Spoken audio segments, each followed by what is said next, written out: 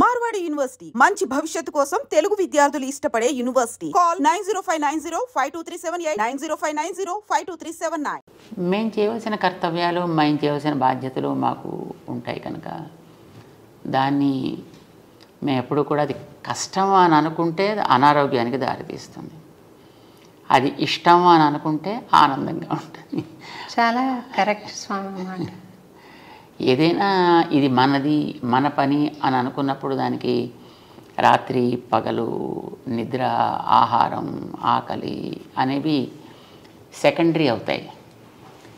ఇది మనకేదో ఒక ఉద్యోగం, లేకపోతే ఏదో మనకు ఒక బాధ్యత మన ఎత్తి మీద పడింది, అబ్బా కొండ బరువు మొయ్యాలి అని అనిపిస్తే మాత్రం అందులో ప్రతి క్షణం కూడా అది మనకి మానసికమైనటువంటి ఒక క్లేశాన్ని కలిగిస్తుంది. ఏదైనా నాది ఇది అని అనుకున్నప్పుడు అది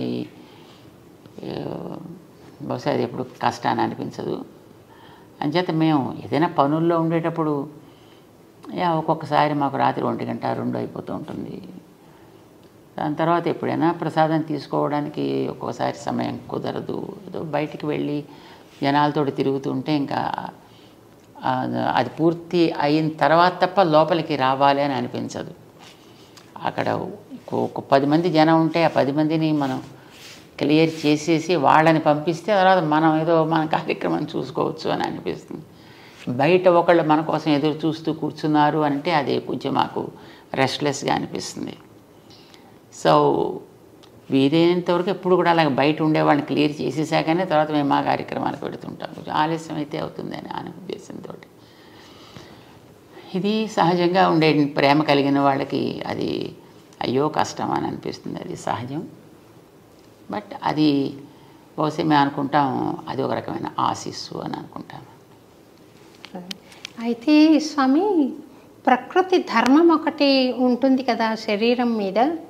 అందుకని మేమేం అనుకుంటున్నాం అంటే, మీ భక్తులు, మీ అనుయాయులు మేమంతా ఏమనుకుంటామంటే, అర్చక స్వాములు తిరుపతిలో స్వామిని కొలువు అన్న సేవలో ఆశీర్వదిస్తారు. నిత్యైశ్వర్యో భవాని, మీకు దీర్ఘాయుష్షు కలిగి మీరు నిరంతరము ఈ సేవలో నిమగ్నమై ఆరోగ్యంగా ఆనందంగా ఉండాలి అని మేమంతా కూడా స్వామికి అనేక ప్రార్థనలు చేస్తాం స్వామి. అదే అదే అదే మాకు బలం, అదే మాకు నిజమైన ఆహారం, అదే మాకు నిజమైన సంతోషం కూడా కలిగిస్తూ ఉంటుంది. ఏదైనా మనకి ఇందాక అనుకున్నాం కదా, సంతోషము అని అనుకున్నప్పుడు ఏది మనకి కష్టాన్ని కలిగించదు, ఆరోగ్యంగానే మనకి ఉంచుతుంది. ఇంతకాలం మేము సుమారుగా ఇప్పటికీ 40 సంవత్సరాల పైగా ఈ కార్యక్రమాల్లో మేము తిరుగుతున్నాం, చేస్తున్నాం. ఎప్పుడైనా ఒంట్లో ఏదో జ్వరం లాంటిది ఏదో వచ్చి పడుకోబెట్టేస్తే తప్ప, లేకపోతే మనకి సెలవు అంటూ ఏముండదు. Weekly holidays, fortnightly holidays, annual holidays అనే మనకి ఏముండవు. ఇప్పుడు కూడా ఏదో కార్యక్రమంలో మనం తిరుగుతూ ఉండడమే. మనకి 24/7 కార్యక్రమాలు నడుస్తుంటాయి. మాకు ఒకసారి విజయవాడలో ఉండేటప్పుడు అనుకుంటాను, అందరితోటి మాట్లాడేసి సుమారుగా అప్పటికి రాత్రి 12:30 ఎంతో అయింది. అప్పుడు అందరూ వెళ్ళిపోయారు కదా, ఇంకా మళ్ళీ ఇంకా లోపలికి వెళదాము అని మేము అనుకుంటున్నాం. ఇంతలో అప్పటికి శ్రీశైలం దేవస్థానంలో వేద పండితులుగా ఉండేవారు ఒక ఆయన, విశ్వనాథ అవధాని అని, అధర్వవేద పండితులైన. మాకు చిన్నప్పటి నుంచే మంచి మిత్రులు. మన పెద్ద స్వామివారి కార్యక్రమాల్లో వారు పారాయణ చేస్తూ ఉండేవారు, మేము మిగతా కార్యక్రమాలు మేము చూసుకుంటూ ఉండేవాళ్ళం. సో ఆ రకంగా మాకు చక్కటి మైత్రి ఉంది. వారు అప్పుడు ఎటో యాత్ర చేస్తూ రాత్రి 12:30 తర్వాత వచ్చారు. సరే మేము లోపలికి వెళ్ళాలనుకుంటున్నాం, ఇంతలో ఆయన వచ్చారు. అప్పుడు అక్కడ ఉండేటువంటి వాళ్ళు, అయ్యో త్వరగా ఇంకా ఎప్పటికీ ఆలస్యం అయిపోయింది, విశ్రాంతి తీసుకోవాలి అంటే ఆ వచ్చిన ఆయన అన్నారు, స్వాముల వారికి విశ్రాంతి ఏమిటి? స్వాముల వారు మా అలాంటి వాళ్ళ కోసం ఎప్పుడు ఉండాలి కదా, అంచేత వారికి ఇదే విశ్రాంతి అన్నారు వారు. మాకు ఇప్పుడు అట్లానే అనిపిస్తుంది. మాకు నాకు గుర్తుంది స్వామి, 91లో అనుకుంటా సిద్దిపేట వచ్చాం మిమ్మల్ని రవీంద్ర భారతిలో జరిగే అన్నమాచార్య జయంతి ఉత్సవానికి ఆహ్వానించడానికని. మీరు తొలిసారిగా రవీంద్ర భారతి ప్రాంగణంలో పాదం మోపారు. చాలా సంతోషం కలిగింది.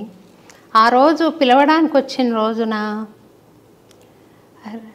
రాత్రి నుండి పగలు 4:30 దాకా నేను ప్రశ్నలు అడుగుతున్నాను స్వామి, మీరు జవాబులు చెప్తున్నారు. అరౌండ్ 4:30 మీ శిష్యులు వచ్చి తిరువారాధనకు టైం అయిందంటే అప్పుడు లేచారు. మళ్ళీ కంటిన్యూ అయిపోయింది మీ దినచర్య. అటువంటి అవకాశం మళ్ళీ రాదనుకుంటాను స్వామి. మీ కార్యక్రమాలు చాలా విస్తృతమైపోయాయి.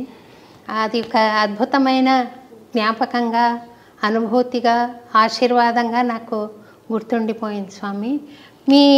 మీరు చెబుతుంటే నాకు అది గుర్తొచ్చింది స్వామి. సమయపాలన అంటే ఇది నిద్రకు ఉపకరించే సమయం అని కానీ, ఆహారానికి నియమిత సమయం కానీ మీరు చూసుకోకుండా 10 మంది మేలు కోసం ఈ ప్రవచనాలు చెప్పడం కానీ, కార్యక్రమ నిర్వహణ కానీ, వైదిక కార్యక్రమాలు కానీ చేయడం, ధార్మిక కార్యక్రమాలు చేయడం కానీ జరుగుతుంది. అంటే సాధారణంగా ఈ ఏదో ఉదయం బ్రేక్ఫాస్ట్ ఇన్నింటికి, లంచ్ ఇన్నింటికి, స్నాక్స్ ఇన్నింటికి, డిన్నర్ ఇన్నింటికి, ఎగ్జాక్ట్గా పడక ఇన్నింటికి, లేవటం ఇన్నింటికి అని అలా పెట్టుకుంటారనుకోండి. అలా వెరీ స్ట్రిక్ట్గా పాటించాడు కొందరు ఉంటారు. అలాంటి వాళ్ళకి ఏదో కారణం చేత ఎప్పుడైనా ఒకసారి కనుక ఆ సైకిల్ డిస్టర్బ్ అయితే వాళ్ళ హెల్త్ శుభ్రంగా అప్సెట్ అయిపోతుంది. సో అప్పుడు మాలాంటి వాళ్ళకి అనుకోండి, మాకు ఇలాంటి వాటి వల్ల హెల్త్ అప్సెట్ అవ్వడం అనేటటువంటిది ఉండదు. ఎందుకంటే మాకు అన్టైమ్లీయే టైమ్లీ. ఎప్పుడు పడుకోవడం అనేది ఒక్కొక్కసారి మేము 3ంటికి పడుకుంటాం అనుకోండి, మళ్ళీ పొద్దున్న 5ంటికి కార్యక్రమం ఉందంటే మళ్ళీ మేము వెంటనే లేచి మళ్ళీ పరిగెట్టాల్సి వస్తుంది. సో అప్పుడు మరి నిద్ర ఎక్కడ పోతారు? బాడీకి నిద్ర కావాలి కదా. అంటే ఇలా మాట్లాడుతూనే ఒక్కోసారి నిద్రపోతుంటాం, నడుస్తూ నిద్రపోతుంటాం. మీకు ఏదైనా యోగ సూక్ష్మం తెలుసేమో అని నేను అనుకుంటున్నాను స్వామి. మనకంటూ ఏది ఉండదు అని అనుకోవడం యోగ సూక్ష్మం. మనం ఉండేది సమాజం కోసం. సమాజం అనేది దైవ స్వరూపం అని మేము భావిస్తాం. భగవంతుడి యొక్క దివ్యమంగళ విగ్రహమే ఈ సమాజం అంతా, ఈ ప్రపంచం అంతా. మనం దాంట్లో ఉన్నాము అని అంటే మనం భగవంతుడి కోసం ఉన్నామని అర్థం. మనం దాంట్లో పనిచేస్తున్నామంటే భగవంతుడి సేవలో ఉన్నాము అని అర్థం. సో అల్టిమేట్లీ ఎప్పుడైనా చేరాల్సింది అక్కడికే కదా. అది మనం ఇక్కడ ఉండగా చేయగలుగుతున్నాము అనే భావన మనకు కలిగితే I think that becomes a very, very tremendous yoga. That itself is a great yoga.